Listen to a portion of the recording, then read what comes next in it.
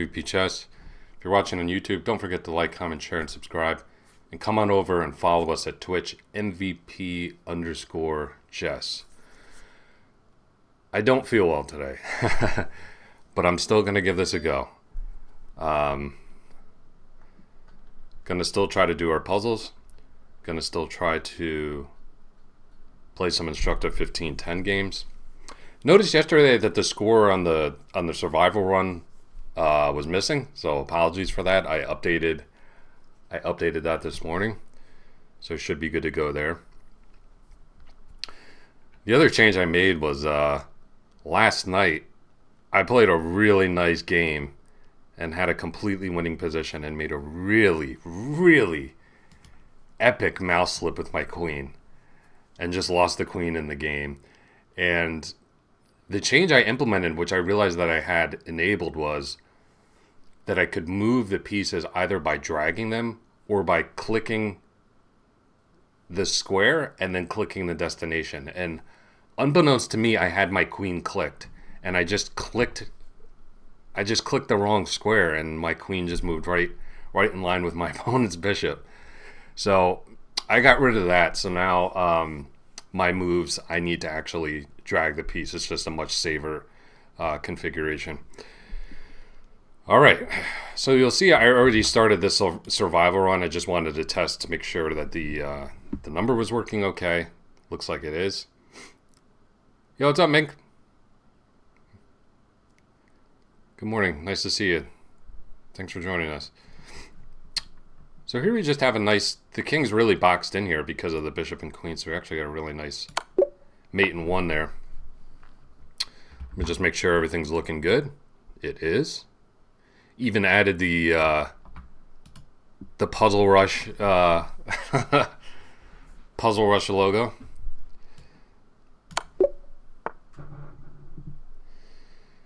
And got my tea and my chess.com mug. All right. Oof, man. I hope this is just allergies I got. I think it is, but had a rough night of sleep last night. Let's just basically say no sleep, so we'll see how I do. This is a good practice, though, for like, you know, you're playing a long game or you're playing in a tournament, you're in the final rounds and you're just dead tired. Just kind of pushing through and being able to focus and finish strong. So that's kind of how I'm treating it today.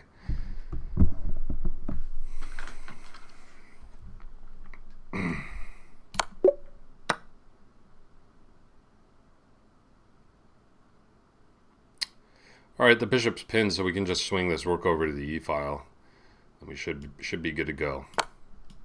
Yeah, the computer's just gonna chuck a bunch of stuff, stave off mate. All right, here we got a back rank where we just got to force the king in the corner. So you notice I can't click to click anymore. I have to drag it. So I think that's much safer. So maybe take a look at that setting on your own chess.com, just to avoid having a similar thing happen to you. All right, this bishop's pinned, so we can take here, and then we would just drop our... Oops, we were just going to drop the bishop back to f3 in that position. We just got a mate in one. This is a nice pattern to know, with the king on either... The rook on either side of the king, completely boxing in the king.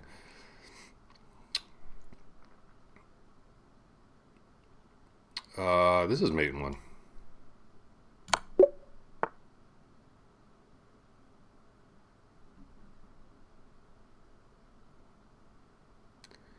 And this isn't mate in one, but black is going to have to give up the queen in this position.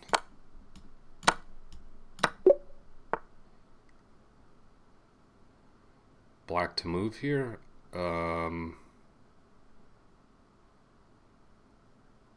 Yep, we'll just have a mate on the back rank. We can bring the knight in, taking advantage of this pin, and then just mate like so. Okay, here we're gonna have a nice mate. Black can give up the queen, but pretty much got it covered here. Hold on. What happens in this position if we have...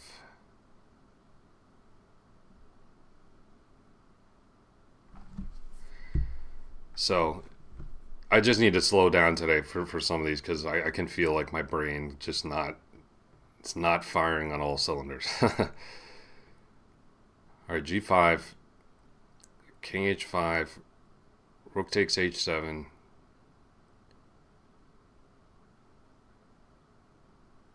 king g4. We could give a check with the knight on h2, forcing the king to the f-file, and then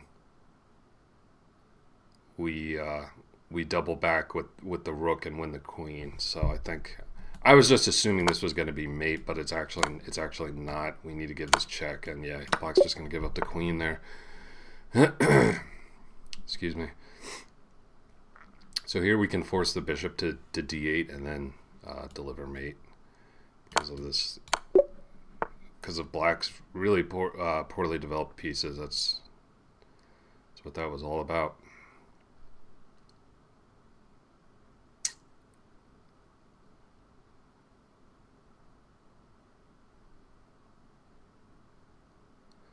So we're 17 out of 17. Just gonna double check that everything looks okay. Yeah, cool.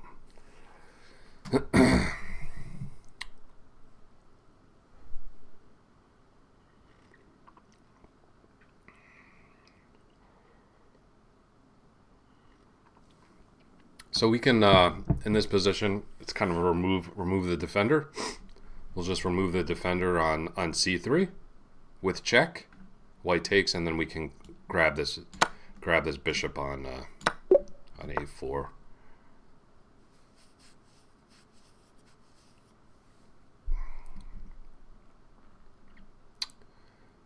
Okay, in this position,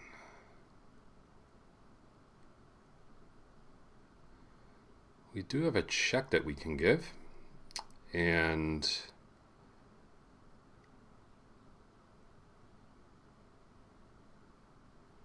just seeing if there's a way to deflect the king from the defense of the queen. I mean, we could take on f2 in that position, but of course white is not obliged to take. But in that position, we would then have bishop a6. So I think this is going to work. So we can, got to remember, I got to drag. Okay, the most testing would have been here, just to make sure that, you see this idea too. And we won the queen.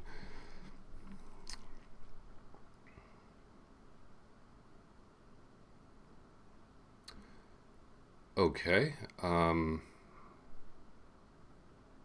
see. Here, Rajesh.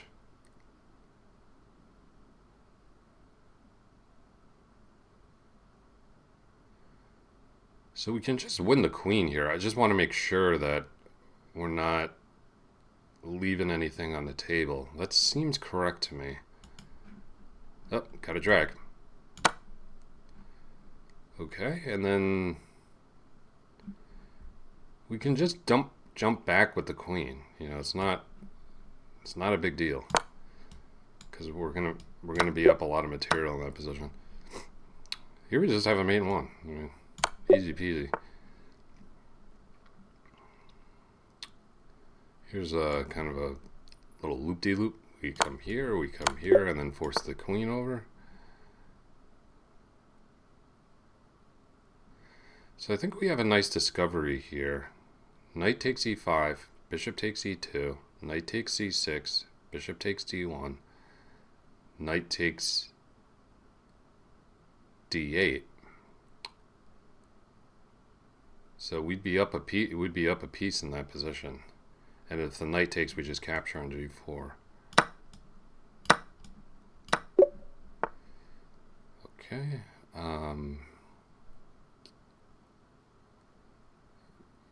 Here we just have him. This is just mate in one. queen. Easy. Okay, white's got a back rank problem in this position, and we can exploit it by playing here. I actually think... No, that wouldn't have worked. I was thinking they could have given up the queen to avoid mate, but that's not true. Okay, we can sack the rook in this position, I believe. Rook takes h2, king takes h2, rook h8, king g2, and then we have queen h1 mate. Which comes just in time because, you know, white's got a good attack of their own there. You know, it's...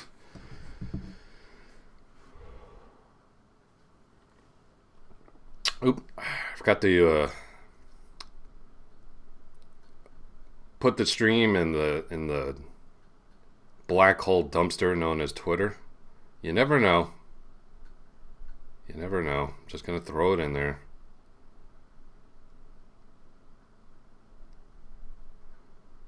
Who knows? Maybe Elon Musk one day is just gonna come strolling in our stream.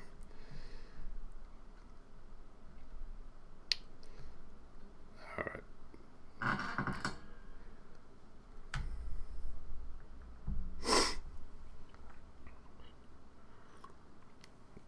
All right, we got a mate in one here with bishop and knight. Nice coordination there. Okay, what's going on here? All right, you know, we're getting to the point where we really got to start paying close attention to material balance. Minors cancel out, rooks and queens cancel out. We are down 3 pawns in this position. Down 3 pawns. 3 pawns.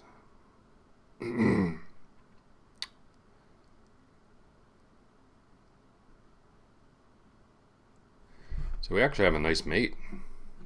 You know, we're down material, but white is severely underdeveloped, which means they have a really weak back rank. So we're actually able to just got a drag.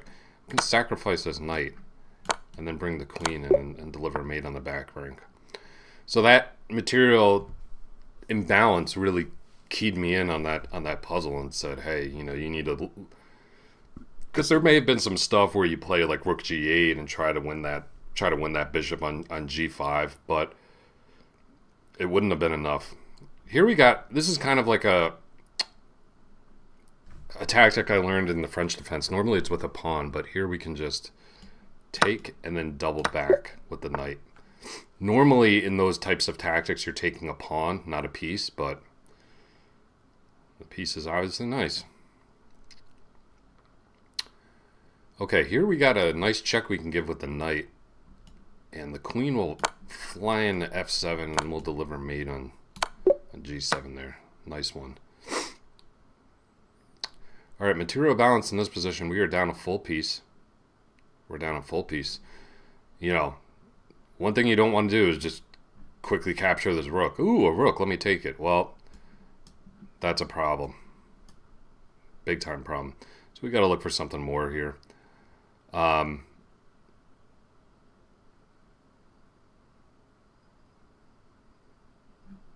Probably crashing through on h2.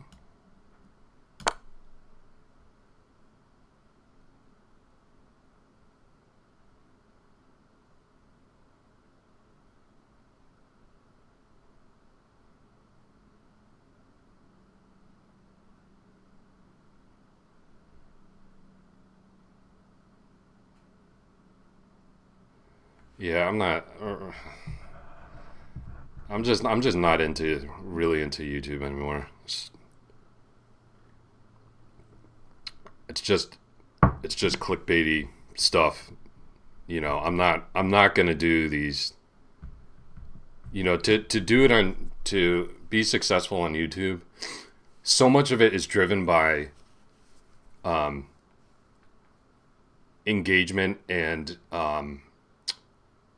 impressions by young children, even children that aren't into chess, and I'm just not into that. Doing like, you know, this crap, like I'm not doing that. Like, okay, Levy does it and he's been successful with it, and more power to him. But I'm just not getting into that. I post. So what I use YouTube for is really just kind of an archive of this footage at this point. But yeah, I'm not gonna get into that.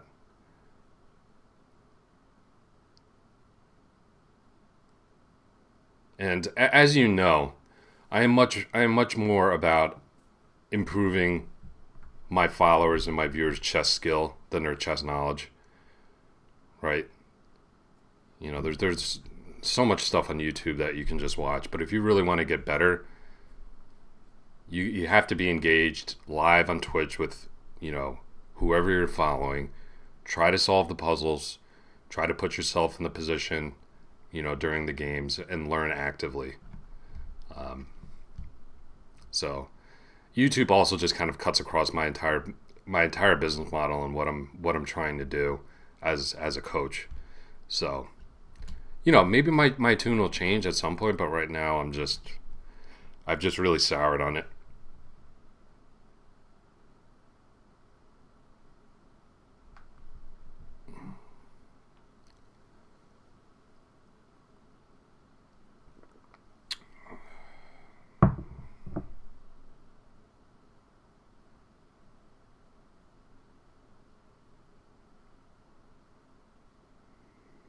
Because and the last thing I'll say about YouTube is the engagement and viewership there is almost no correlation between views, subscribers, and the quality of the content. Almost none. It's driven a lot by dumb themes that don't actually make you improve at chess and clickbaity thumbnails. That's pretty much it. And I'm 40 years old. I had a long career. Like, I'm not doing that crap. So that's pretty much where I stand with that. I think that answered your question.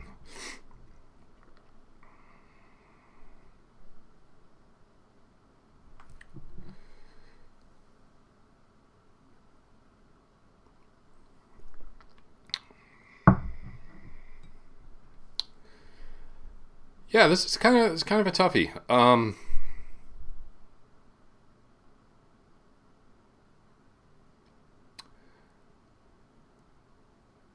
mean, the check looks good. I think you got to refrain from after the check. Don't get tempted by bringing a rook to the e file. Obviously, don't get tempted by this capture. I actually think it's just as simple as bishop g5 check, forcing f6, and then we're just going to crash through on g7. So this is a tough problem because there was I would say, a lot of tempting continuations there. A lot. That definitely could have been a trap tactic. That's what I'm going to call those now. In basketball, you have this concept of a trap game. Like, you got a big game on Saturday night coming up against Duke, and you're facing, I don't know, Boston College on Wednesday night. That's a trap game. You don't get up for them because the rating's low, and you just kind of relax, and you end up losing. It's the same thing with these tactics. Like, you just got to play the board. You got to play the position. You can't let the rating or your puzzle or score kind of like dictate the investment that you put in it. Okay, here we can just capture, and then we have this nice fork. It's pretty much as simple as that.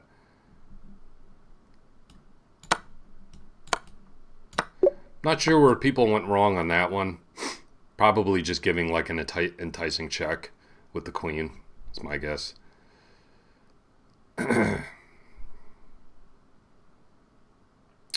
Okay, what do we got? Very, very odd position. Like, really weird. Um,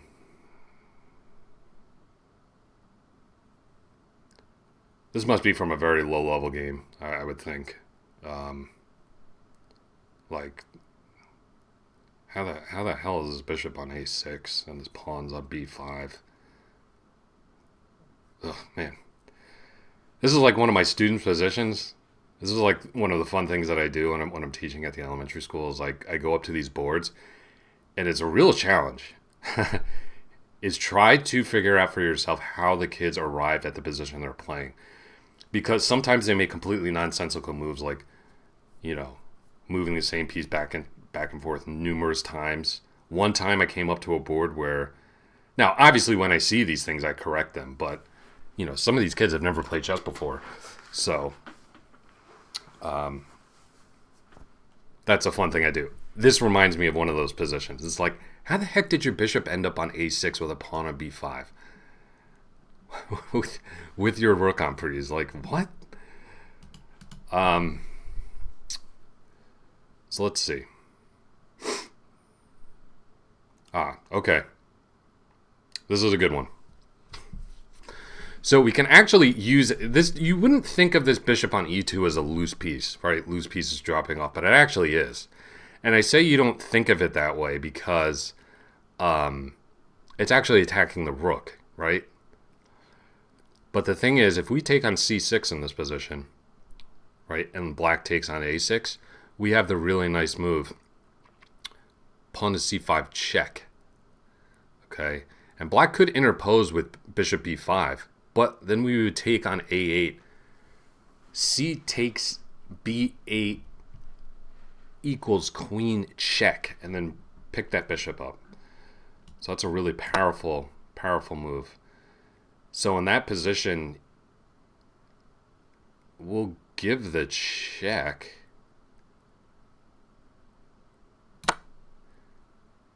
And just promote. Yeah, and then pick up the bishop. Yeah, it was a good one. All right. Material balance. Minors cancel out. Rooks and queens cancel out. We have 7 pawns. 7 pawns.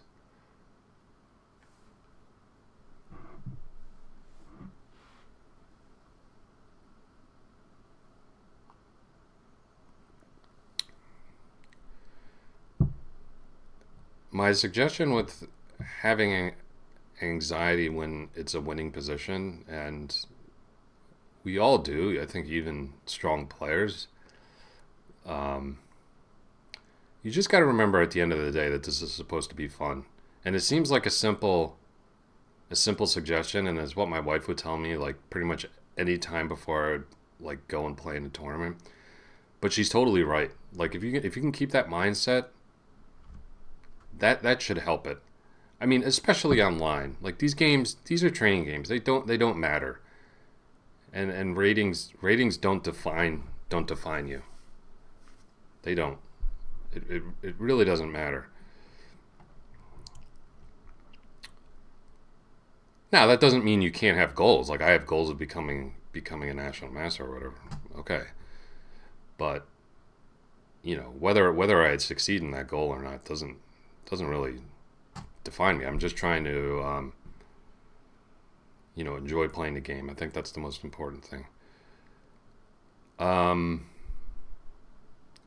So we can actually give this check here. This looks really attractive. The bishop can take, but then we can take on f7 twice with check, and then still pick up the bishop. So I think this little move knight e5 works pretty well for us. Yeah, let's do it. So we take. We may have to take the queen too. We do. Got to drag it. And then we... wow, I didn't realize how much I was doing click as opposed to dragging the pieces. Black to move in this position. Whoa, I am really disoriented in this position. Okay. White is going... It is black to move. White is going this way. Black is going this way.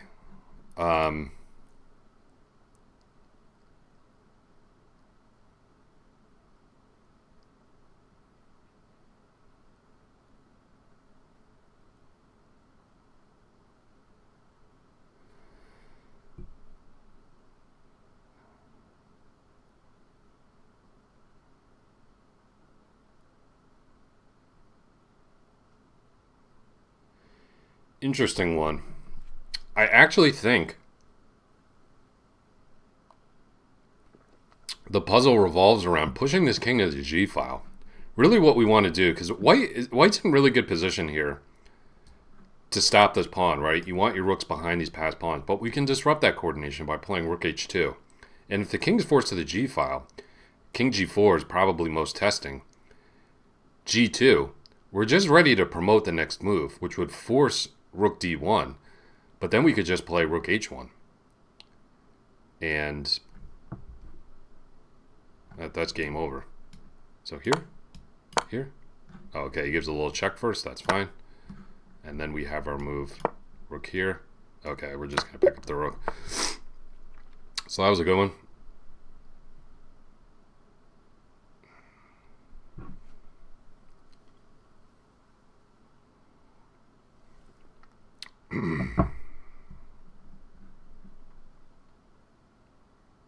I think, going back to your question, Rajesh, about anxiety too and everything, which is obviously a real problem for people. I think chess can be tremendously helpful for people who have anxiety, because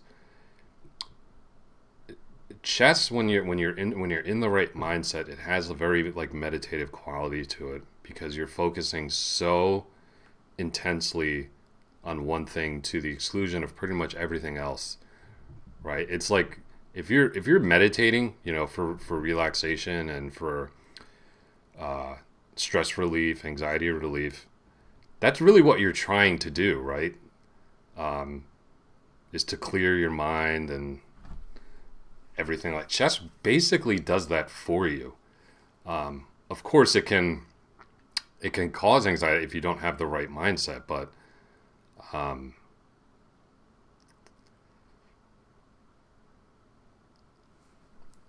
so I think it's actually a really helpful thing for that, especially kids nowadays. Okay, 36 out of 36, 27 minutes in. 6 pawns, 7 pawns. Okay. So we got this really, really, really attractive fork on g5, right? Question is what to do if rook takes f2. Rook takes f2. Should probably just take with the rook, I would think.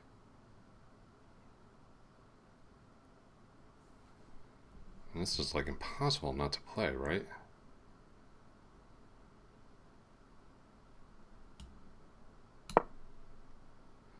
Oh, okay, I see why people are falling for this. I guess it's kind of tricky. People are probably just playing this and then quickly taking on f6, but you got to realize that your queen's hanging. So you take this queen off first and then and only then take. So that wasn't like a difficult puzzle. I think people were just they were being too hasty and rushing, which you can't do when you play chess.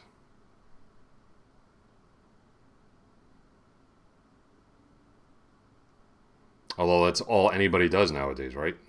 Bullet and blitz. Trying to keep the game alive here. Trying to keep it alive.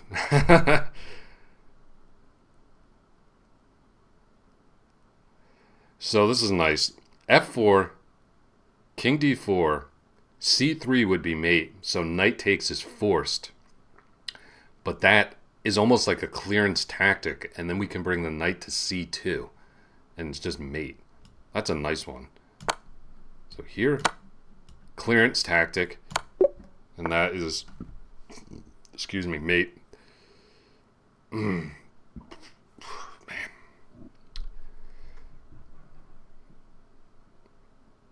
Really feeling this, man. Whew.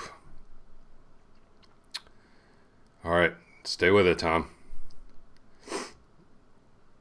For those of you just joining, I mentioned this at the onset of the stream. I'm really not feeling well. Didn't really sleep well at all. and but I'm still trying to battle through it.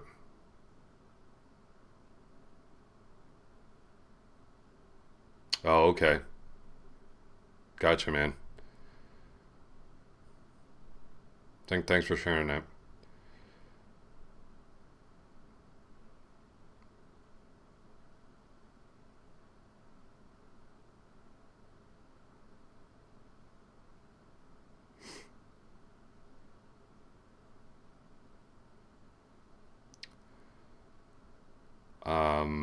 Let's see.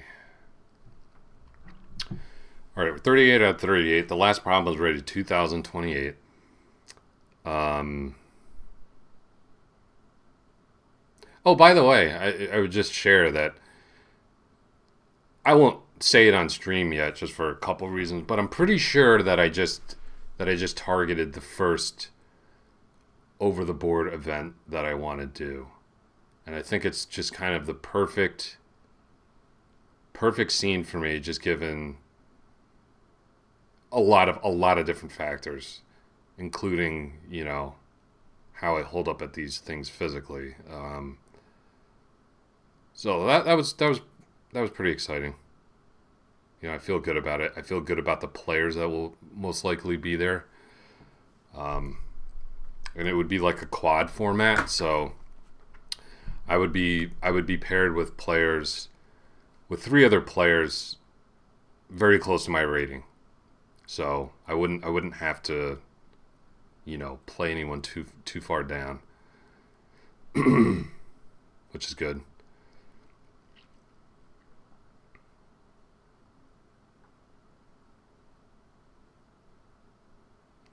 At this point for me, like trying to go and play in some sort of kind of major open style tournament is just, at least right now, setting myself up to fail.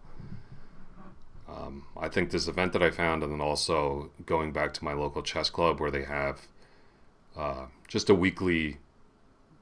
uh, weekly game at a classical time control. That's pretty much what I'm going to focus on. And if I do that, I can end up getting an upwards of seven games in a month. If I do all of those, which is probably won't happen just because I've got a lot of stuff to do, but that would be pretty good. Alrighty, all right, let's focus here. I'm losing my train of thought.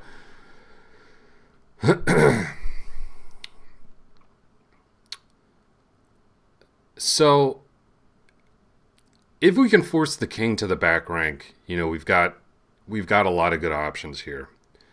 Again, remember we are down a full rook here. So I think that the natural continuation is knight b5, and I mean there's really nothing else in the position. So it's kind of one of those things where you put it on the board, and this happens sometimes in your games. It's like I don't really need to calculate this all the way out to the end. Okay, that would be totally impractical. It's I gotta play knight b5 and try to basically mate black, or I'm just lost. So just put it on the board. Um, as far as I can tell, I'll do one last kind of sanity check here that there's not some crazy sacrifice I'm missing, but I don't see it. Yeah. So we just come here, and then we've got this really nice configuration. If you watched the stream yesterday, I ended up mating a guy with this. Of course, the king was on the back rank then, mating my opponent with this pattern, which will force him to c8, and then we will be able to play queen e8 and deliver mate.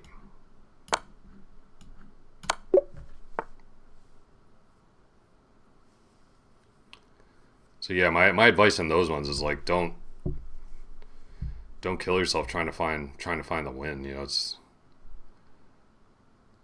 It's either there or you're lost. So just put it on the board and hope for the best.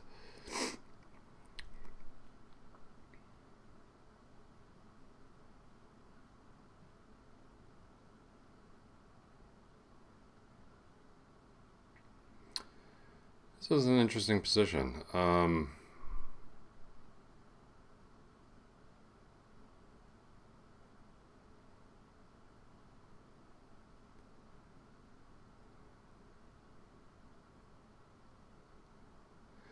All right, let's see the material balance here. We're down a piece. I mean, we're down a piece. We got our queen hanging. Obviously, there's a lot of potential in this position with the knight jumping in, the potential move f6, a potential sacrifice on h7, opening up this, some sort of check.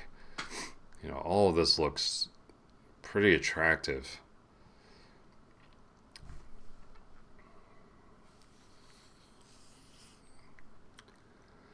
This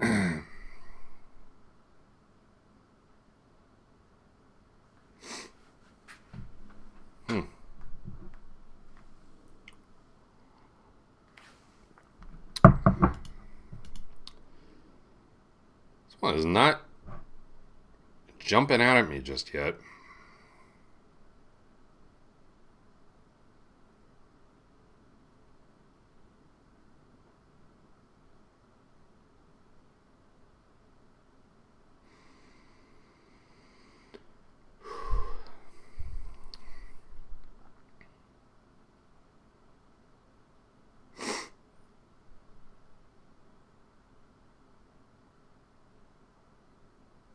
Might be as simple as actually just backing the queen up. That very well could be. And then just let all of these dynamics flow. You know what I mean? So that last problem we solved was 2070. I actually think that's what's going on here. I'm trying to make some of these sacrifices work or whatever, but they're just not working.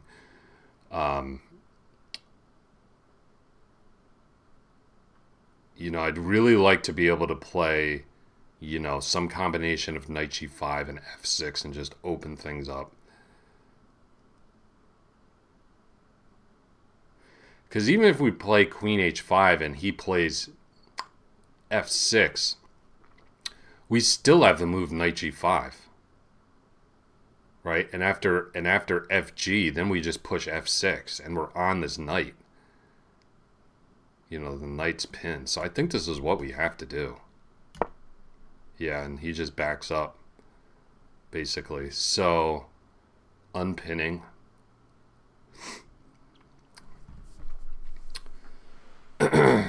So, if f6, knight takes f6. Knight takes f6, that's going to be mate. If f6, bishop takes f6. What to do after bishop takes f6?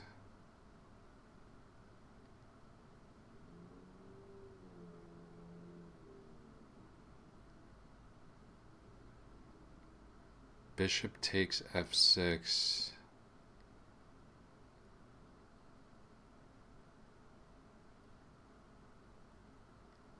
Ooh, do we have... No, that's not working. I was thinking after bishop takes f6, we had some sort of nasty set. No, that doesn't work.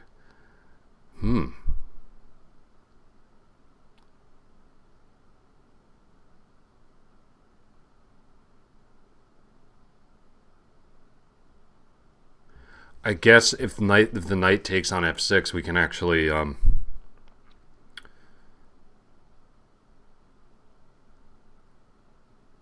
maybe it'll end up being some sort of rook lift. Like we bring the queen back to g5, force king h8, and then play a move like rook e4 and just mate him on h4. Yeah, I think this has to work. Oh, and they just give up the queen. Come on, man. All right, let's go back to that one. That was a absolute travesty the way that chess.com ended that puzzle. So we back up, and the king moves over. f6, of course, queen takes f6 is not the most testing. Come on, man. Bishop takes is the hardest one to find.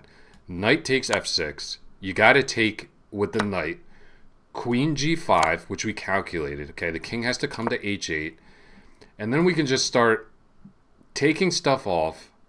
But at the end of the day, king comes to g7. We got to force the king back here. And yeah, You need to find this rook lift. Exactly. It's either you could do it either way, with the king on the H file or the king on the G file, but you need to have seen this move, this rook lift to finish black off. Otherwise, black is just winning. So I think a lot of people who got that one correctly probably got off a little easy on that one, because there was a lot more to that puzzle than meets the eye. Okay.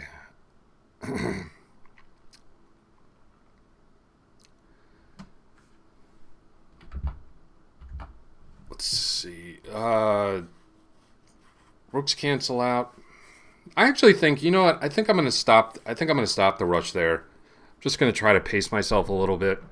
I don't want to take this too much further because I may only feel up to playing one game. So we were 40 out of 40, which is a good sign.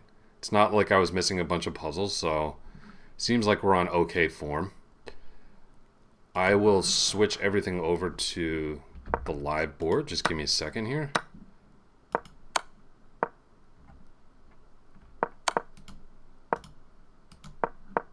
Okay, there we go. See what game we're watching right now.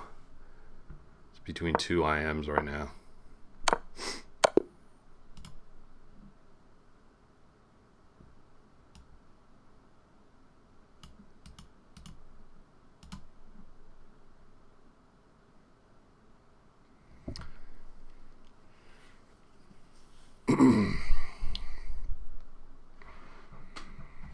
So, while we're waiting for this 1510 to start, don't forget to follow the channel if you haven't. Join Team MVP. We'd really appreciate your help trying to get to our 170 goal. Really appreciate the support. And you guys can enjoy this top game on chess.com. I'm just going to take a quick stretch while we're waiting for the pairing.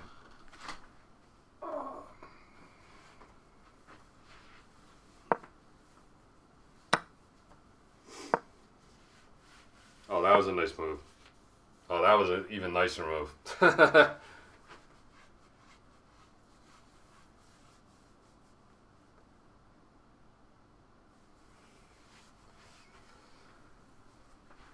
Guess we can say that's all she wrote. Probably at this level, right?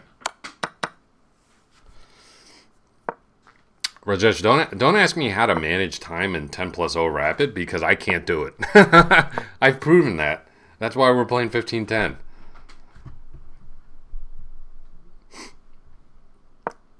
It's a very misleading time control. It really, because they changed it to Rapid, it gives you kind of like a false sense of security that, oh, I actually have time to think and actually play chess, and that this is great. You don't. It's Blitz. You have no time to think.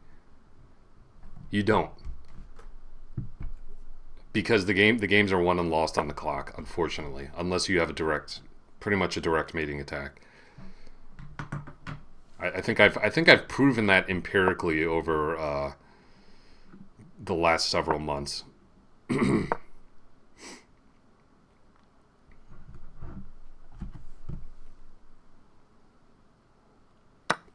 That said, I totally understand why chess.com changed 10-0 from Blitz to Rapid. You know, this may predate a lot of followers and when you guys started getting into chess, because I think this was like pre-2020 when they did it. But 10-0 used to be Blitz. It used to be in the Blitz category, and then they decided to move it to Rapid. So I understand why they did it, because it does fit more. It's a little long for Blitz, but it's not long enough to play like an actual meaningful game.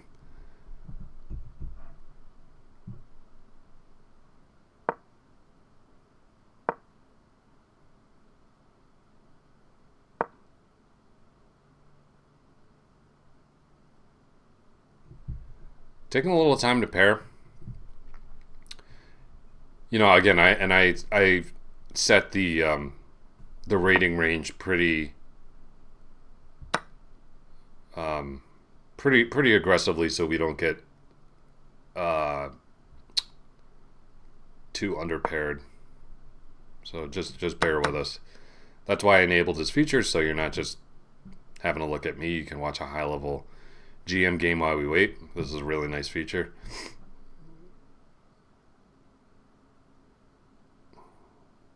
Yep, it was Blitz. Yep.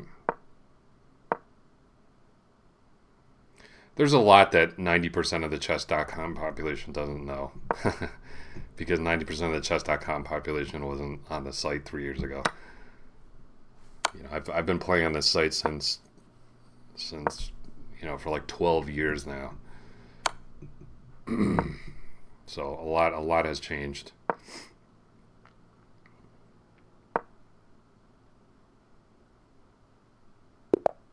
All right, here we go. Oh, we got a great pairing.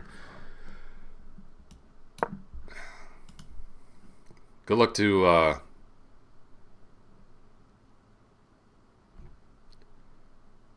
Angela Spin, maybe.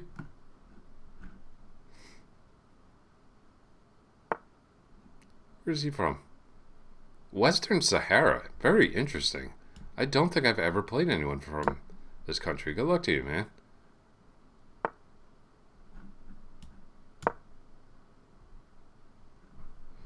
All right, let's do this.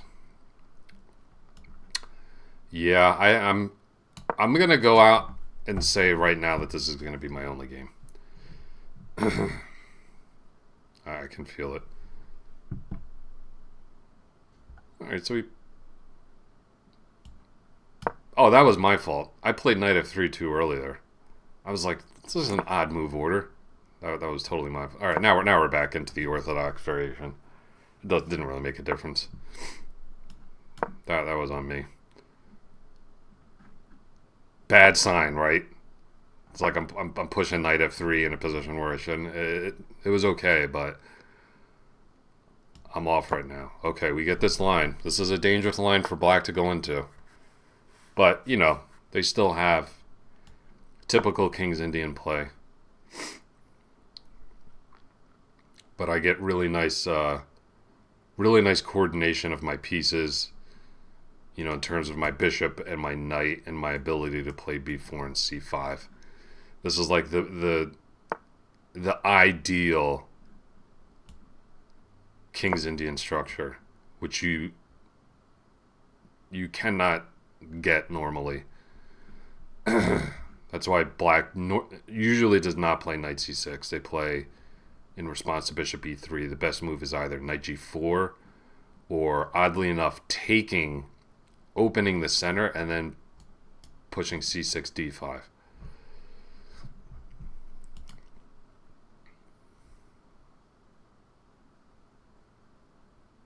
Which both lead to good positions for white. But this Gligerich system is nice because it just has the added venom of like coercing your opponent to play the most natural King's Indian move and going in for this line where they're really much worse, but still have practical chances. Like, I've lost this position many times. But for those of you that are like really into chess opening theory and all of this is really bad for black. Like, I'm sure,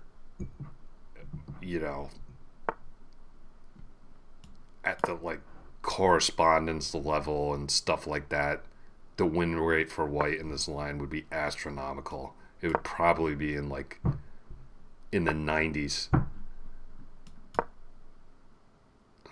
Maybe that's a little over exaggerating, but you get my point.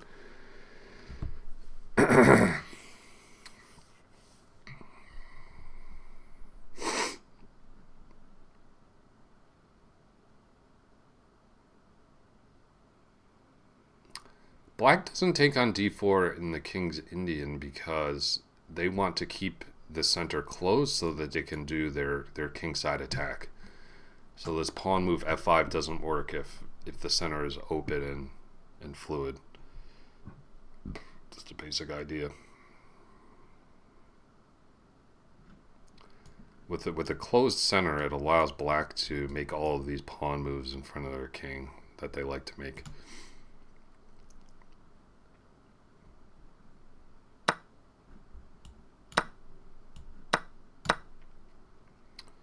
Okay. Gave up the A file.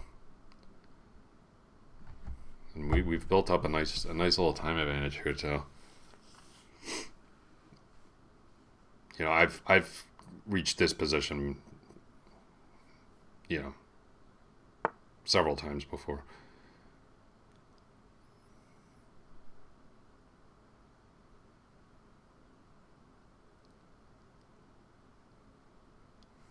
Doesn't really stop c5, so I'm just going to play it.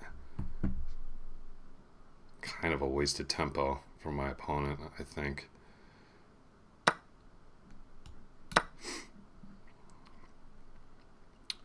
Yeah, this is not... Oop, got a drag. Now, I could definitely be missing something, but things are not going well for black right now. At all. You know, he's just been playing on the king side. He's got this isolated weak pawn in c7. He hasn't even pushed g5 yet. His rooks, you know, it's just... It's not good.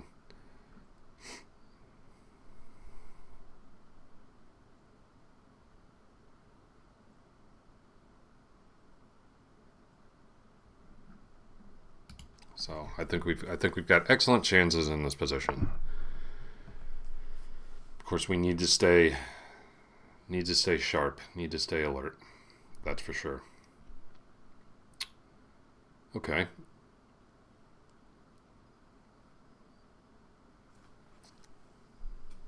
So I was thinking in this position maybe...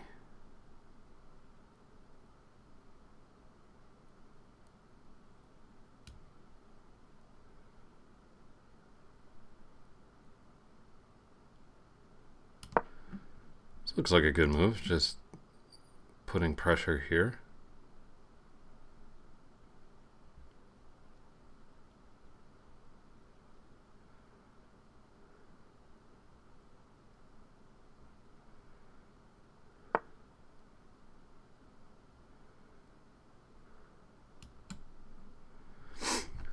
Yeah, he's really lining himself up rather unfortunately, isn't he?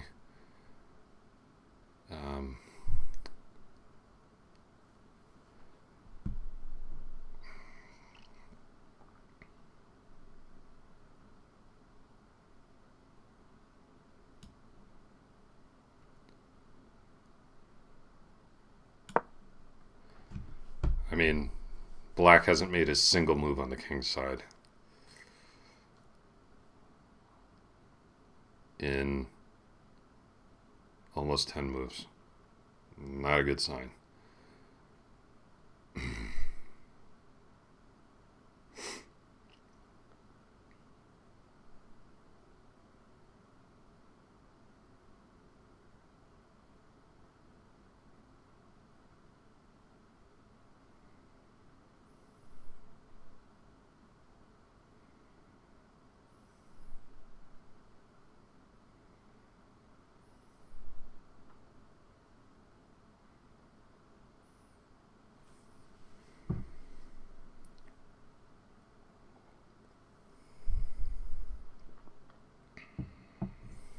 Heard from some of our regulars here, just saying like they've been busy with stuff, but they'll be back. They'll be back back on the channel soon. In particular, one of our followers from Switzerland. Oof, man.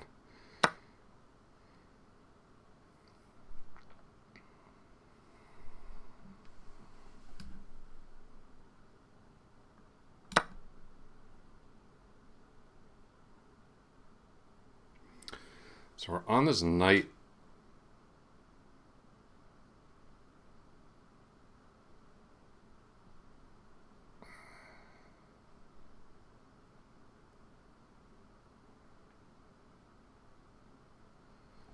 We'll see. I'm not 100% sure that I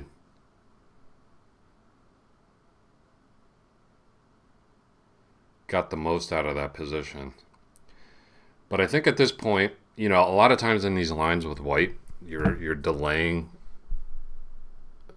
castling your king, just because you don't want to like castle into black's directly into black's attack. That's another nice thing about playing bishop e3 on move 7 as opposed to castling, which is what white is normally doing. You kind of delay that decision with your king. But since black's attack really hasn't even gotten off the ground, I'm thinking of just castling just so I can get this. Ooh, wow, and he took.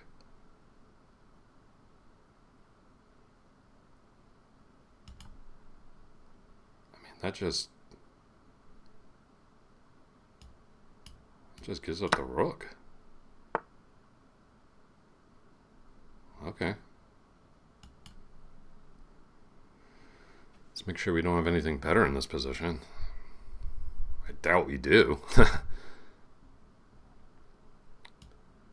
So we can take.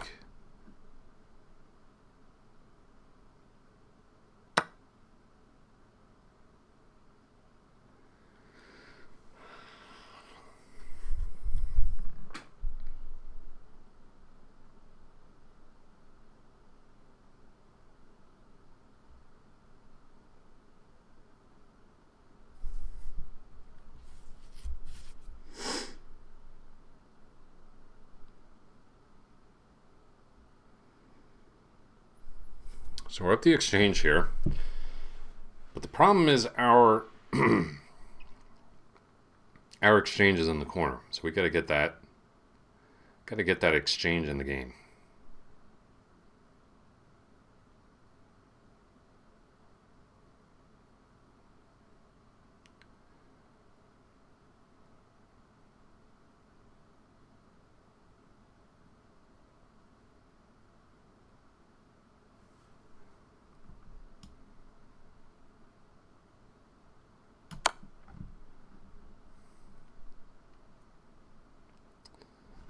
Like the look of this check.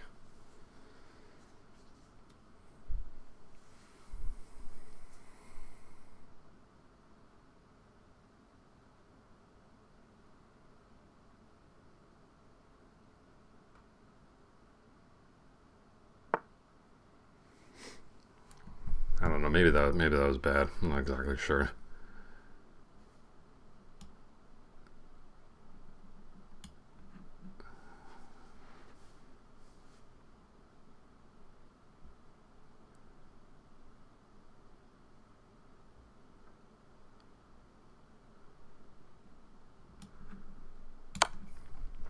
Now let's see in this position.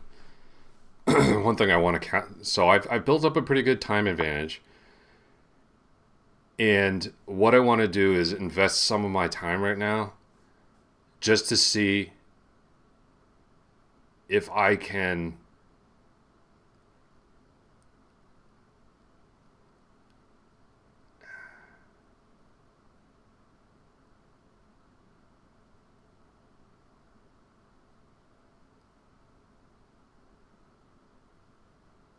what I was going to say is I want to see if I can just actually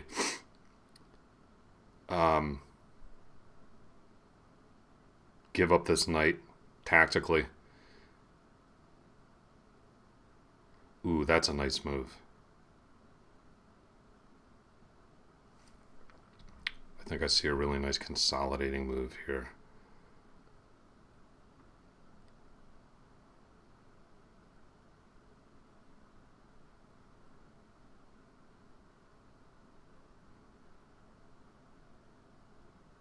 Kind of makes me look like a genius for putting this bishop on e6, which I didn't intend this at all. So the most uncompromising moves is to try to castle here, but I don't think it actually works. The black king can kind of snake around on the f7 square, and my queen can try to wiggle in, but since it doesn't have access to a square in the d file, I don't think I can get a mate in. But the move that looks really good to me...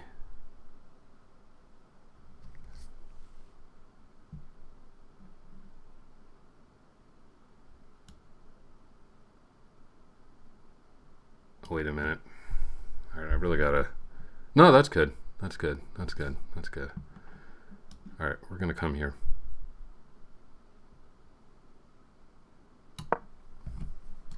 Hitting here and here.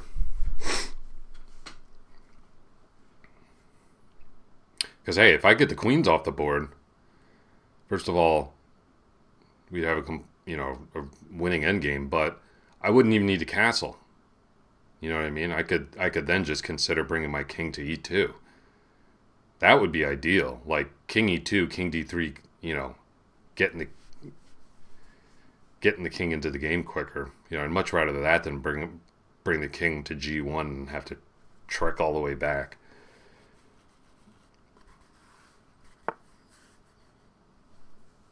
Oh, okay. So he avoids the exchange, which is good. But it does allow me to castle here. So it was kind of one or the other. Like,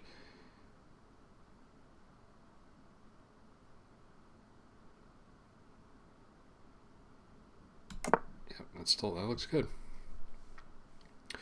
The one move that kind of gave me a little bit of pause was like, oh wait, is bishop f8 a problem? But no, I would just take everything. It's not a problem at all. And everything's nice and defended, and now I'm just going to bring this rook into the game with what I would think is pretty much decisive effect.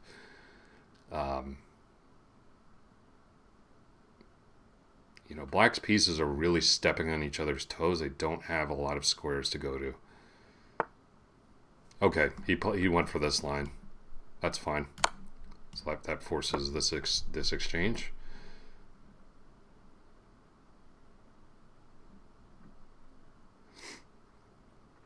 So we got ourselves an endgame where we're just basically up the exchange, and we'll try to make the most of that.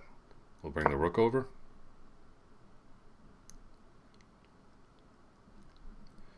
Just right now, what I'm just going to focus on is rook activity and king activity.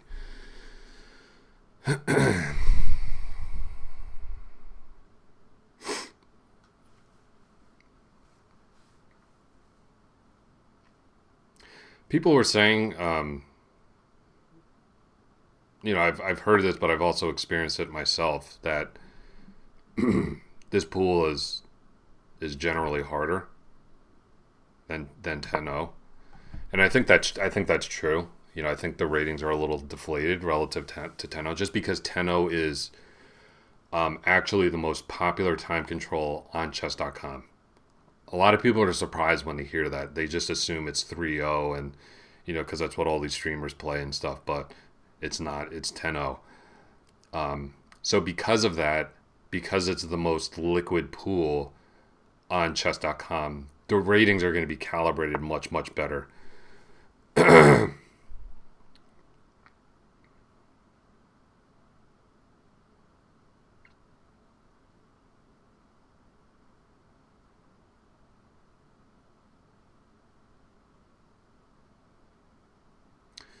So I would like to, let's just start centralizing the king. I think that's kind of step one. Let's bring up the king.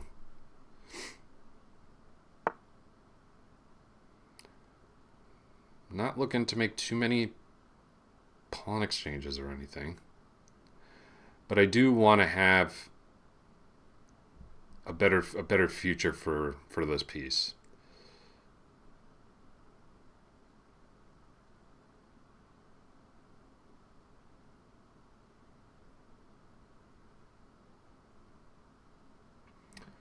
I would actually like to get this knight to this square. I want to start pressuring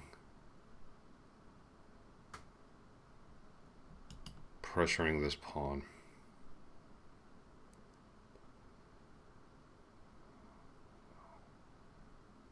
What's the best way to do that? See, man, these are the positions in this time control that I just relish. I don't have to make a hasty move. I can just say, Where are the weaknesses? How am I going to attack them? You know, the glaring weakness to me in this position is e5.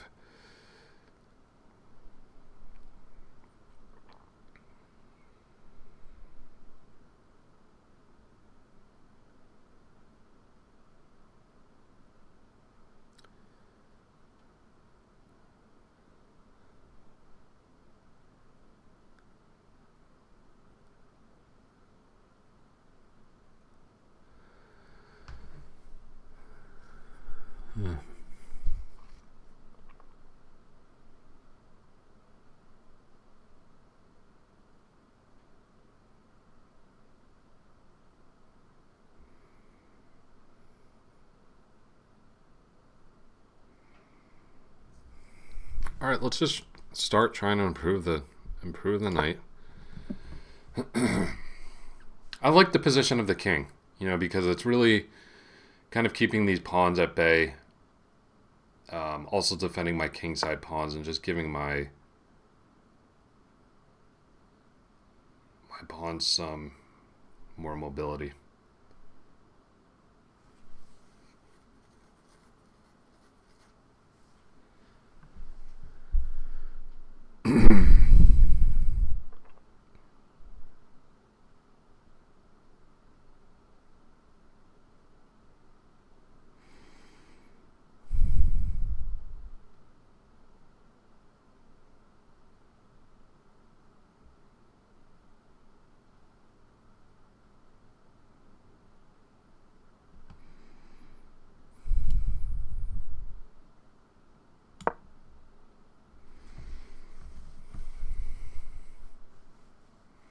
Not trying to overreact to his pawn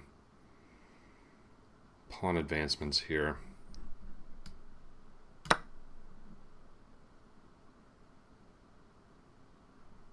See how he decides to capture here. I think capturing was best.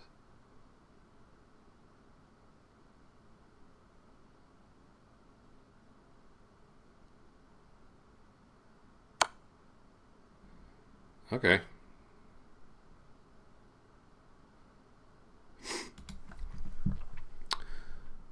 So I'm going to tuck the king back here, I think.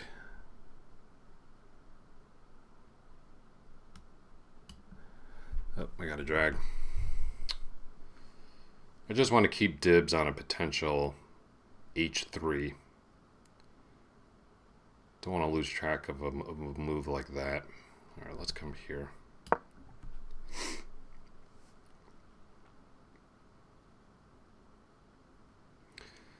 Did open a nice square for my knight though, you know.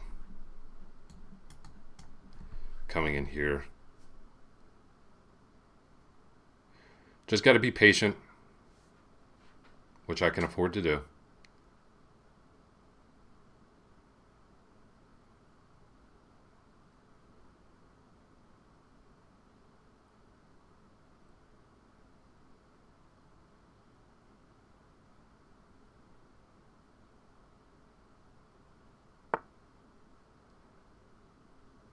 Okay, there's that pawn push.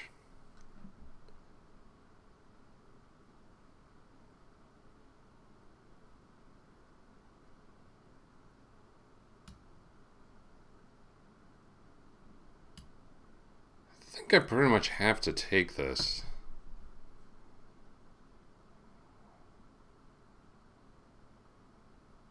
Don't think I can afford to have my king dragged over there like that.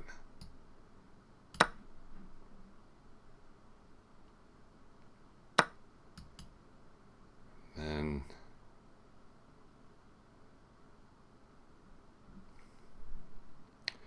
my opponent's done a really good job of you know, exchanging off pawns and stuff. Let's see. Let's go here.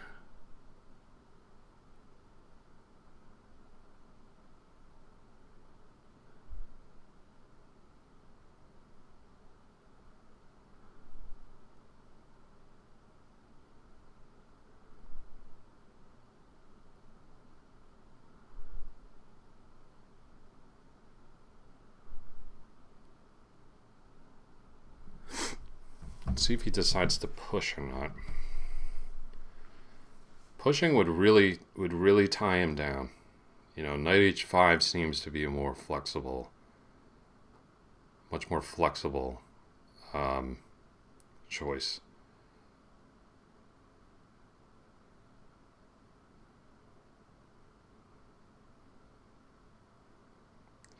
Got to keep pawns on the board, though. Keep our winning chances alive.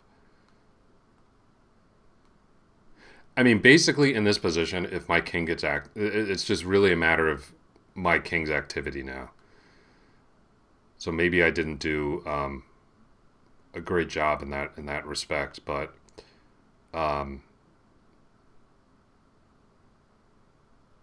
if my king gets active, the game's over because of this. So, I mean, this rook on a7, I know I haven't moved it in a while. We've really been focusing on all of these pawn moves on the king side and everything, but that's the best piece on the board. Don't forget about it.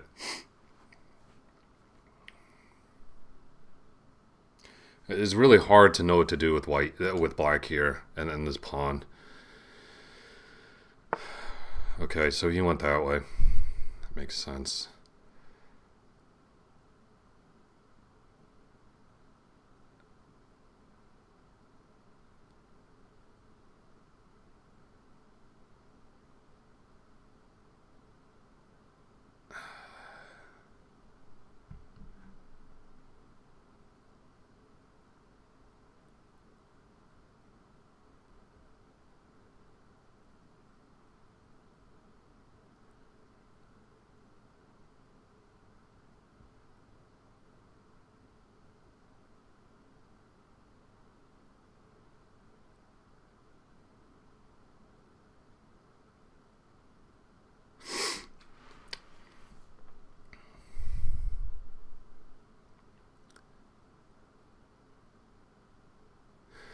Thinking about maybe attacking this e5 pawn and trying to tie my opponent down to its defense.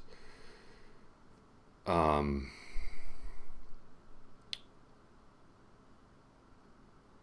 then what would the follow-up be?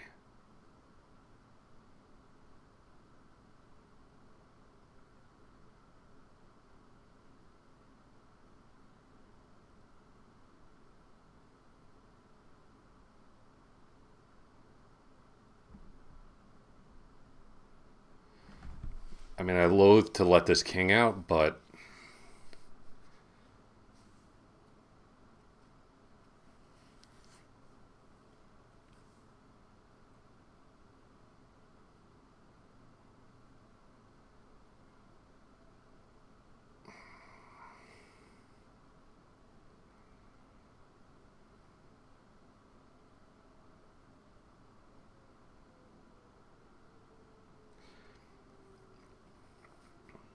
I'm actually going to make a waiting move here.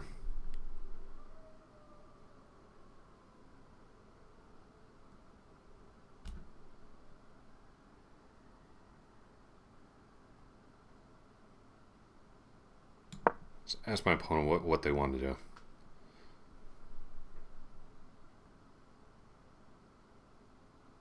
Because I actually think his king's pretty well placed. This bishop's tied down. This bishop can't move. Okay, this knight can move, but where to?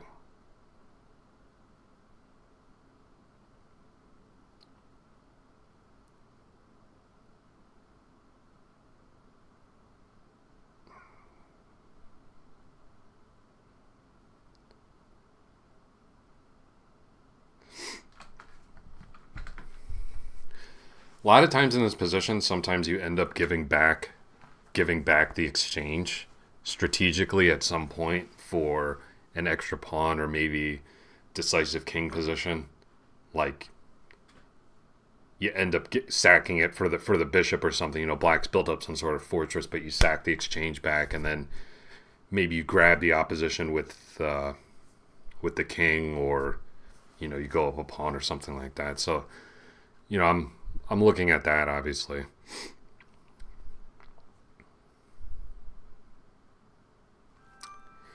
I kind of figured in this position my opponent would try to bring.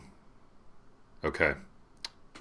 So that's exactly the type of move I was trying to force. Um,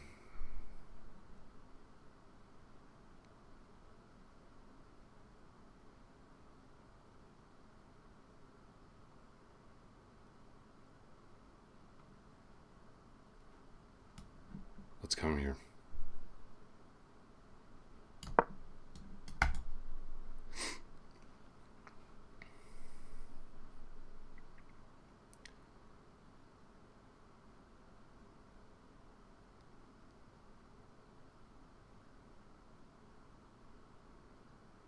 Then I think I might just simply follow up with King H2 because my knight is nicely covering this G1 square. But my first goal was to try to pacify this knight.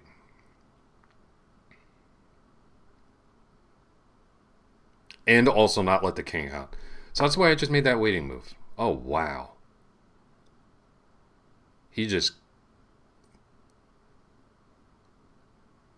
How can you do that? I mean, I'm just going to take the pawn.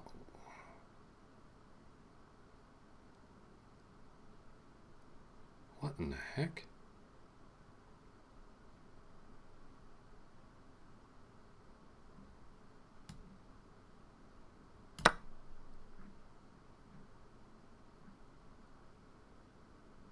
He doesn't have my rook trapped because I just come down here and take. If that's what he was relying on. That's probably what he was thinking. Like, I kind of boxed the rook in, and then I'm going to be able to play king f8 and force you to take the exchange or sack the exchange back. All right. So let's just bring our knight in.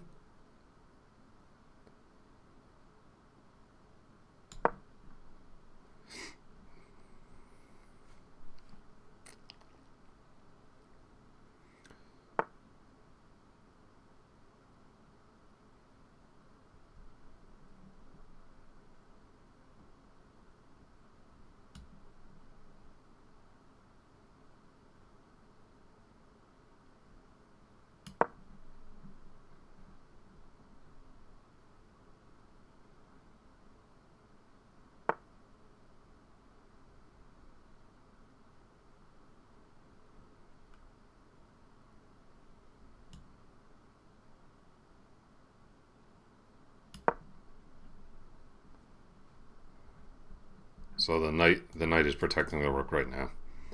So I can take this opportunity to advance the king.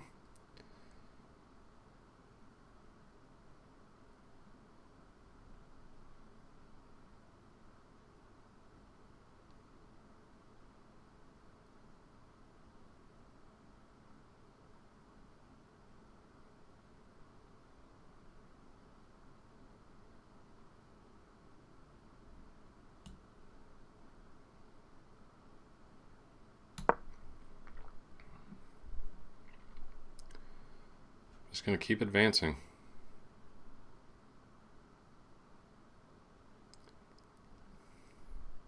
Might end up in a position like I had yesterday where I just run the king up the board and end up just checkmating my opponent with the king rook and knight.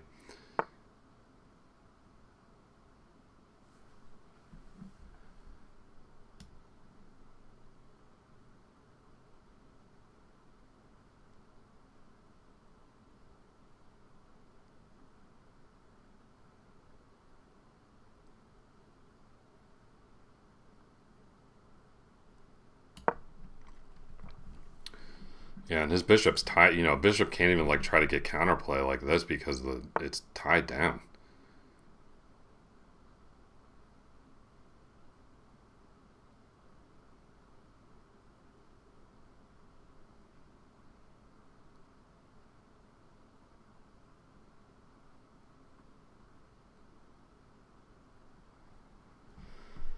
Okay.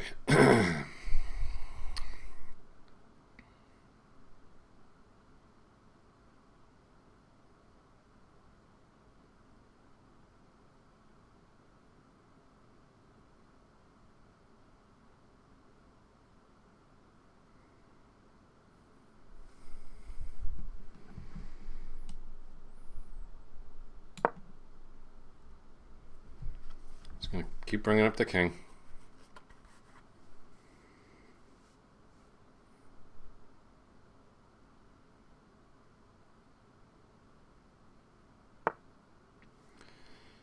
Now we've got a pretty...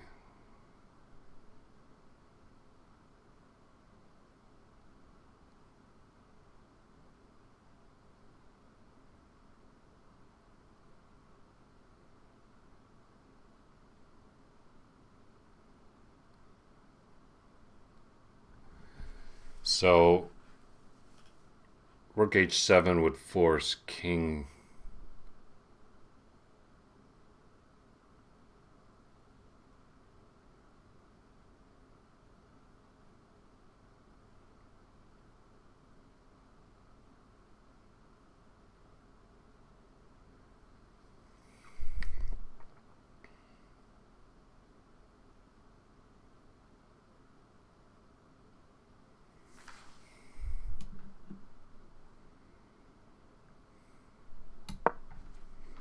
Just making sure there's no funny tactics or anything.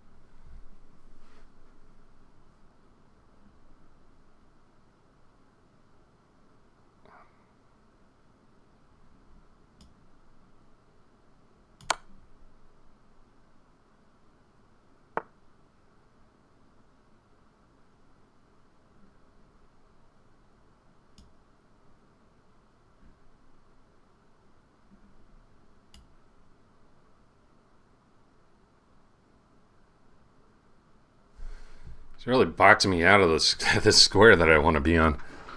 It's really annoying. I actually think in this position I could win by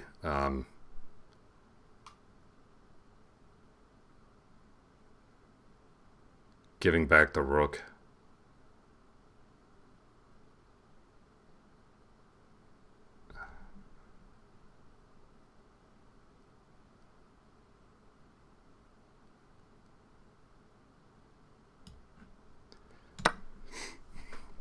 I actually think this is easiest.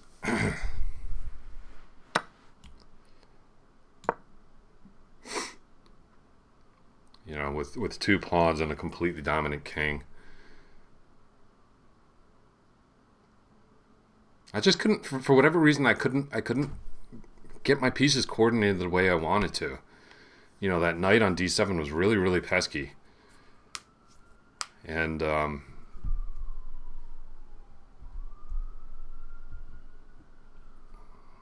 this just seems much cleaner to me.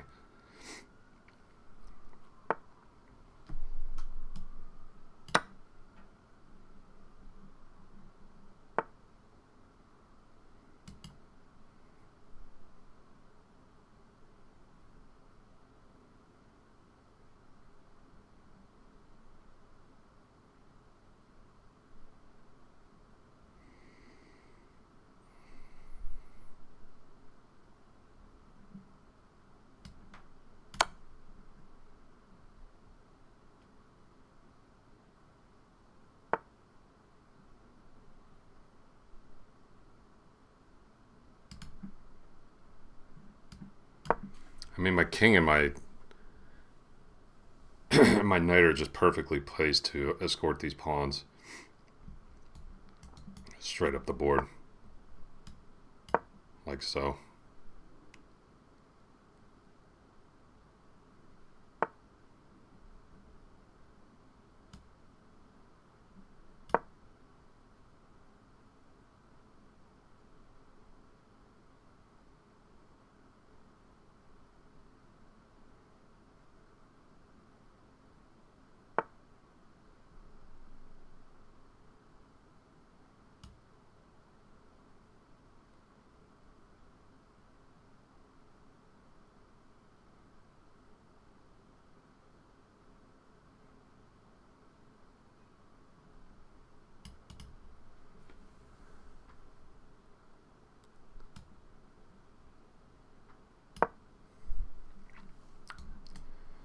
Knight's keeping that nice and protected.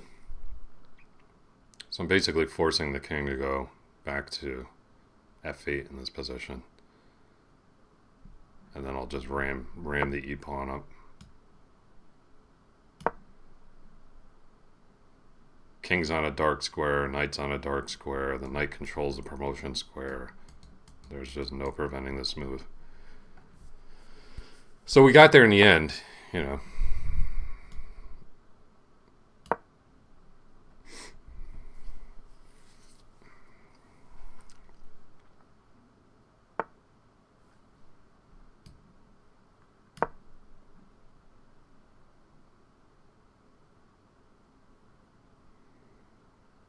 Yeah, two connected pass pawns like this is just so easy to convert. That's why once I saw that idea, you know, we got our king so active, and then we just pick off the knight and just win it with the pawns. It was just so much easier than trying to find some mate, which just didn't seem to be there.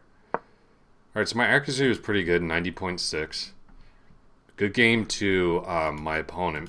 He really put up a good fight there. He really didn't capitulate.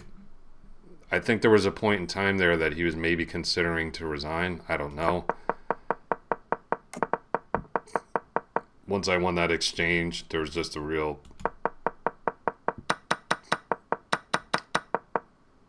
So that yeah, Queen A3 was a great move. Awesome. Yeah, I was hoping that was a good one. He'll just... Oh, what do we got here? Yo, Alan Butts, thanks for the follow, man. Welcome to Team MVP. Boom. Alan, you're following me on a day where I'm a little bit off. If you're just tuning in, not sure how much of the stream you watched. I'm not feeling great today. I didn't sleep well, but you know, still kept the stream going. That's okay, man.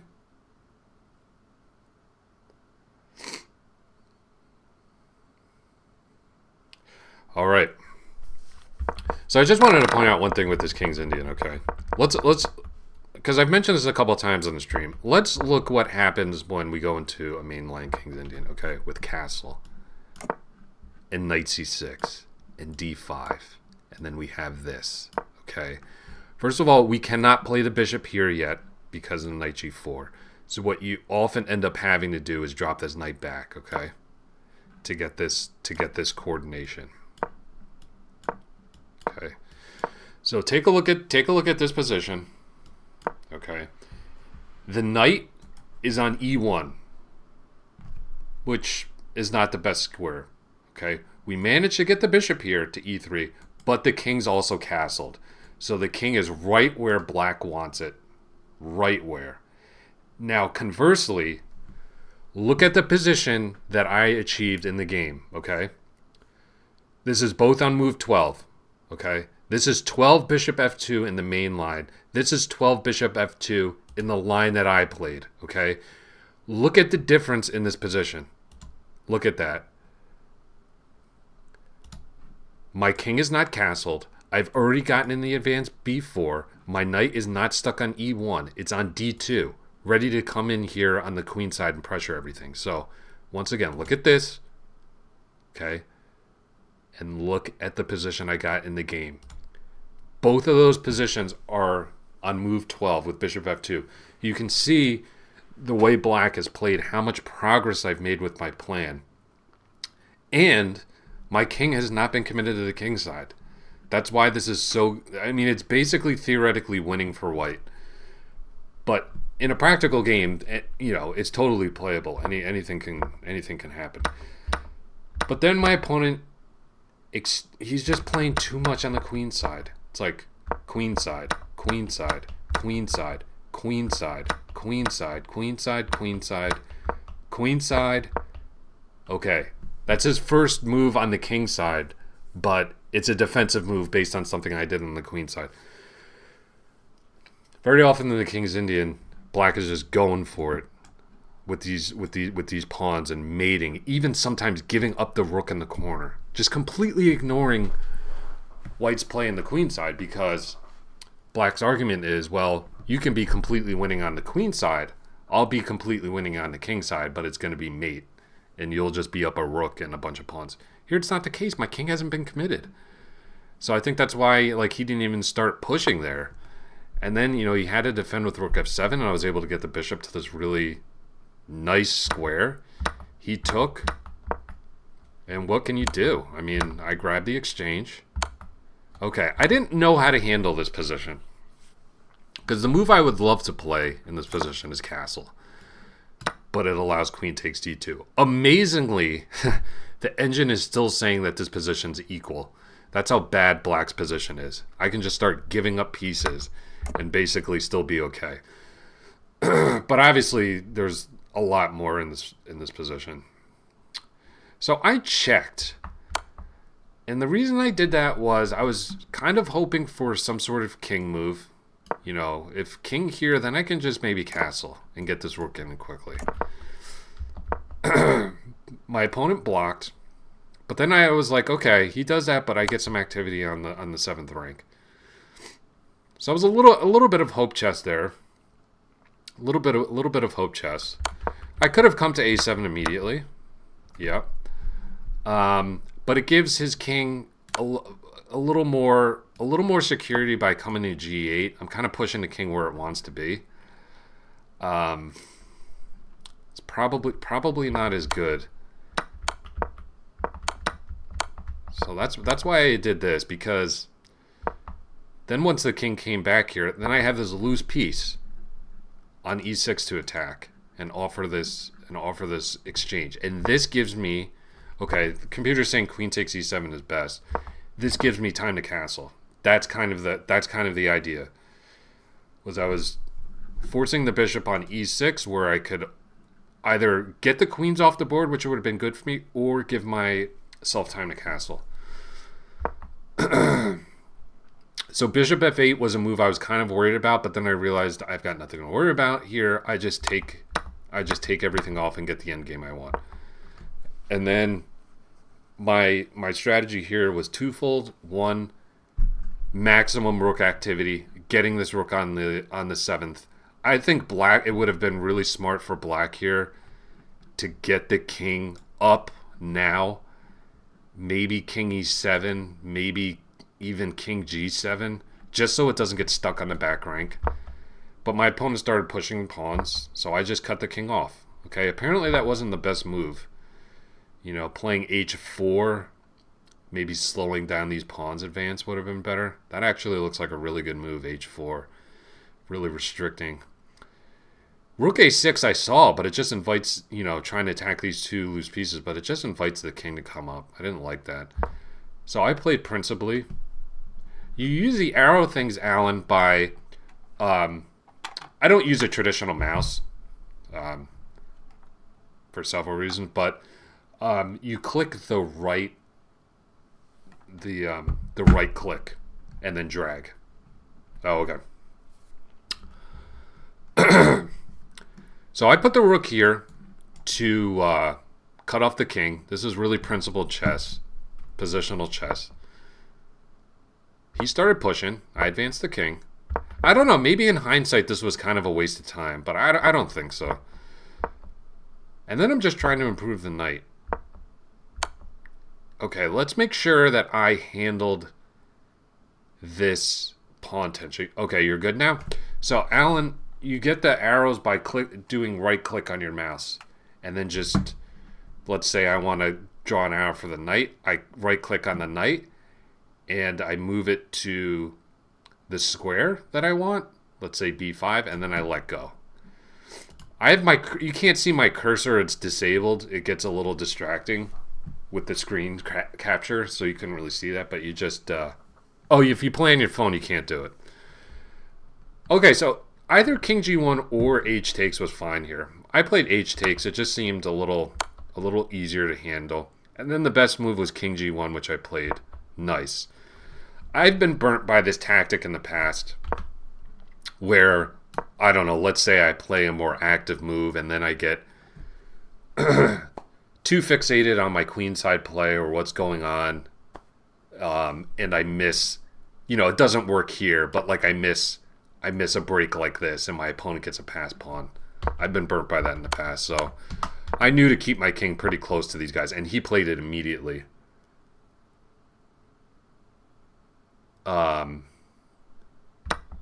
G takes h3.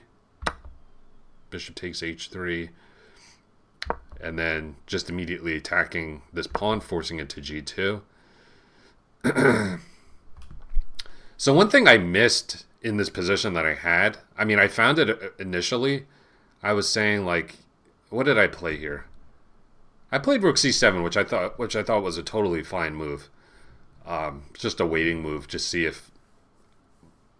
see where black steps with the king. But I just had king h2 here. This is simplest, okay? Because if the bishop moves away, you know, it's not like my rook's on a light square where it can attack it or anything. I'm just taking the pawn. So the computer's saying the best move is g1 equals rook. The computer always likes to give up the least amount of material. That's why they always under-promote here. And then I just have a free hand with my king. My king's just going to go whoop, whoop, whoop, whoop, whoop, right up the board. And just made him. But I mean, I got there eventually. You know, I was kind of in like blockade mode. And just improving my pieces, getting my king up the board. This is simple chess.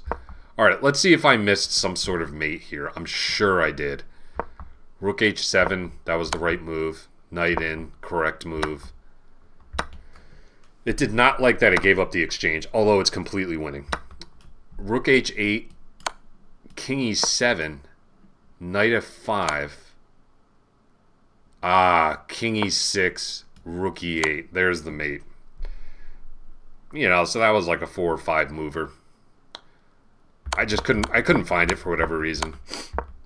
And it just seemed like unnecessarily risky to me. You know, I just realized I'm just going to grab here, play king f6, and just, you know, the computer, as soon as you put it on the board, the computer hates it at first, but as soon as you put it on the board, then the computer's like, oh, yeah, this is completely winning.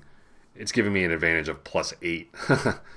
So, why kill myself trying to find, especially when I'm not feeling well, kill myself trying to find that forced mate when I just had such a easy technical one like this.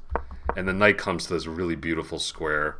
It's on a dark square. It's controlling the promotion square of the e-pawn and just facilitating this pawn's advance right up the board.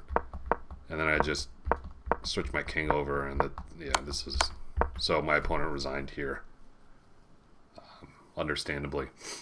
So that was a good game. I mean, that's basically how you win in the King's Indian, right? Like, these end games are generally really, really bad for black. You know, generally white is getting some sort of material advantage in these openings, and it's just a matter of excuse me, man, my throat is killing me. Beating back black's attack on the king side, and then just you know, trying to reach a favorable endgame generally. The line my opponent played in gave him really, you know, he still had a lot of practical chances, but he just, let's just go back to this position. You know, he needs to be like going now, like right now. Just going for your counterplay. Even though my king's not there, you gotta do something active. But you know, it's a really bad sign when you're playing on the side of the board where you're weakest. That's not something that you want to do. And black is definitely weaker on the queen side, and it just allowed me to open things really quickly. Okay, this is where black should be playing.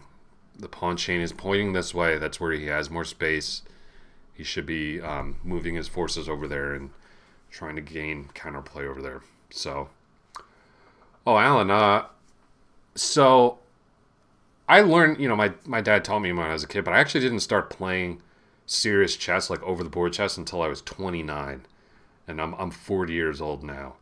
So I was living in New York City at that time, in Manhattan. So I started my chess journey at the Marshall Chess Club, which is where Bobby Fischer did. You know, it's a really famous chess club. It was really just such an amazing opportunity for me to like truly learn the game there. So yeah, that's when I was 29, and then I live in the Washington D.C. area now, and obviously continued playing when I was down here. There's a pretty good chess scene down here too. Um, yeah, and I broke 2,000 OTB in 2020. So it took me about 7 years to do that, and right now I'm going for 2,200, trying to become a national master. Um, and also I'm a full time chess coach too. So that's what's going on in a nutshell. But yeah, so I think that's gonna do it today. Alan Butts, really nice. Nice getting to meet you. Thanks for the first time chat. Thanks for the follow. Welcome to Team MVP. You know, we're doing this daily. Really instructive chess where I slow things down. These are my training games. I take them really, really seriously. Um, you know, I'm not here playing 3-0 blitz and chit chatting and stuff. Like if you wanna learn chess and really improve your game and be a member of a really great growing community, this is where you want to be for sure. So I'm glad you found us. Yeah, sure. I got it. Take your time to type it out. I'm just gonna say thanks to Rajesh. Good seeing you, man, as always. A little quiet in the chat today. And Minx, thanks for stopping by.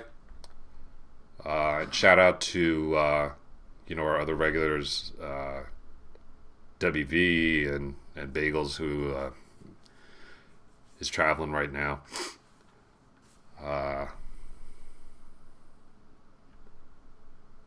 I'll just give one second for Alan, just since he's a new member here. Looks like he's got a pertinent question. I'll hang on just for a second to answer that. But then I'm gonna take off and I'm gonna rest because I'm sure you can hear that I'm not sounding too good. I have to teach chess later today at a local school, so I want to make sure that I'm prepared for that and that I'm feeling my best.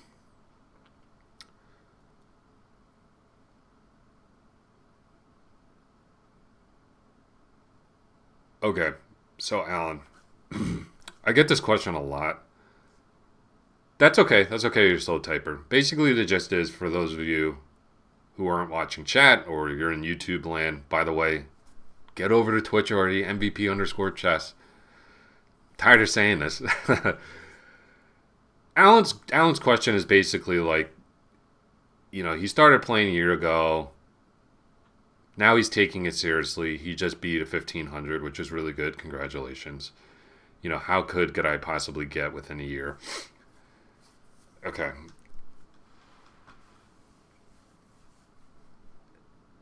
Where do I even begin with this question? It's really twofold, okay? One is a warning, okay? Chess improvement is hard. You have to put in hard work, okay? If you see people online on Twitch, let's say hypothetically, getting really good really quick, I'll just leave it at that, okay? Chess improvement is a long journey. It's really hard. You have to make a lot of mistakes. You have to lose a lot of games to improve, okay? So, my advice to you is to just enjoy that journey and don't let ratings or titles or how good can I get this fast affect your relationship with the game. It really is like anything in life, all about the journey, okay?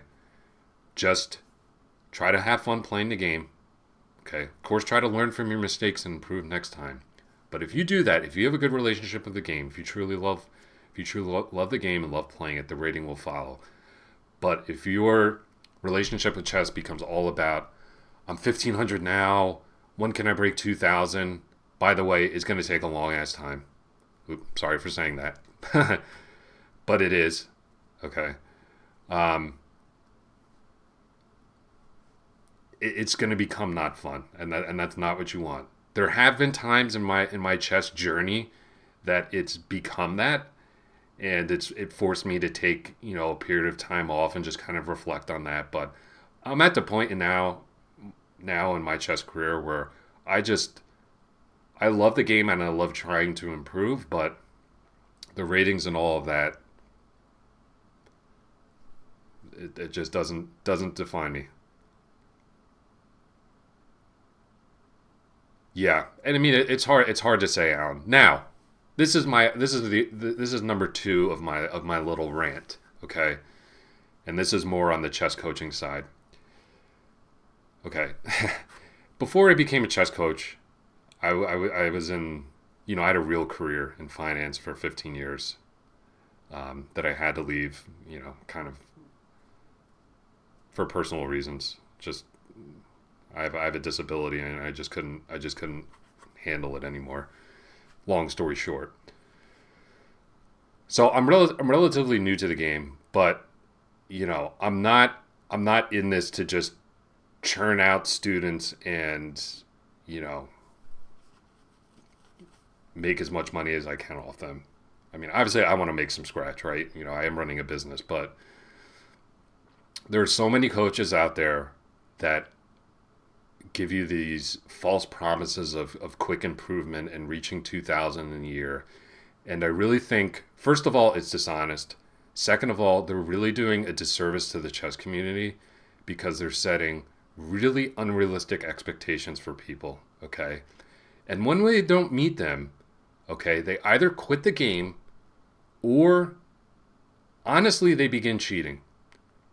And I think this is kind of the culture where we're at in chess right now, where B9 Form, thanks so much for the follow, I really appreciate it. This is kind of where we're at in chess right now. Is people see these people on Twitch improving exponentially, very suspiciously, fraudulently, I'll just go ahead and say that, and they say to themselves, why am I not improving at that? I work really hard at chess, and this guy he's got all these followers, and he's 2,000. Like, come on, man. Use your common sense, okay? So, that was a very long-winded answer, Alan, but one side was just kind of sounding a little bit of warning about the current culture in chess. I've been around the game a long time. This post 2020 culture is completely different.